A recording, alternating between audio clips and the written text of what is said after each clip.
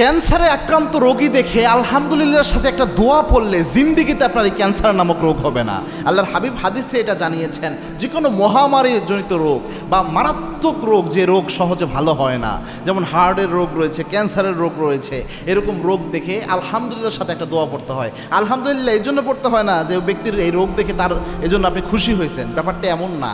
আলহামদুলিল্লাহ কেন পড়তে হয়, এই দোয়ার অর্থের মধ্যে আপনি এটা বুঝে যাবেন। মানে হচ্ছে আল্লাহ আপনাকে এই রোগটা যে দেয় নাই এখন পর্যন্ত, এই জন্য আপনি আলহামদুলিল্লাহ বলে এই দোয়াটা পড়বেন। জরুরি একটা বিষয়, আশেপাশে কিন্তু এরকম অনেক রয়েছে, এবং ক্যান্সারের ব্যাপারে বলা হয় ক্যান্সারের নাই কোনো অ্যান্সার, এরকম কথা বলা হয়। এটা যার হয় সে বুঝে কতটা কষ্ট তার শরীরে অনুভব হয়। এজন্য সন্তানদেরও এই দোয়াটা পড়তে শিখিয়ে দেবেন ছোটোবেলায়। যতগুলো দোয়া শিখান, এটাও একটা দোয়া।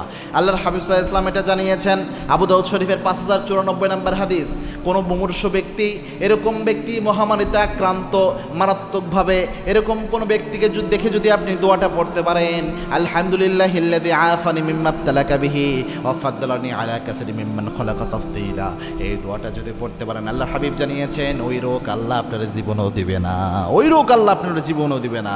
আপনি পড়বেন আল্লাহর কাছে, আলহামদুলিল্লাহিল্লাযী আফানি মিম্মা ইবতালাকা বিহি ওয়া ফাদ্দালানি আলা কাসিরিম মিম্মান খালাকা তাফদীলা, এই দোয়াটা যদি পড়তে পারেন, ওই রোগটাই ক্যান্সার আল্লাহ আপনাকে কখনো দিবে না। আল্লাহর কাছে পানা চাইবেন, মনে রাখবেন রোগ দেওয়ার মালিক হচ্ছে আল্লাহ। আল্লাহ যদি চায় তাহলে আল্লাহ আপনাকে যে কোনো রোগ থেকে প্রোটেক্ট করতে পারে, আর আল্লাহ যদি ইচ্ছা করে আপনাকে যে কোনো রোগ আল্লাহ আপনাকে দান করতে পারে। এজন্য আল্লাহর কাছে চাইবেন এরকম মহামারীজনিত রোগ যেগুলা জীবনকে শেষ করে দেয়, এইরকম রোগ যেন আপনার কখনো না হয়। পারলে এরকম রোগ হলো যদিও অনেক ক্ষেত্রে গুনাহ মাফ হয়ে যায়, এবং কি মহামারীজনিত মৃত্যুর ক্ষেত্রে শাহাদাতের মর্যাদার কথাও রয়েছে, তবু আল্লাহর কাছে এই দোয়া দিয়ে পানা চাইলে ইনশাআল্লাহ আল্লাহ উদ্ধার করবেন।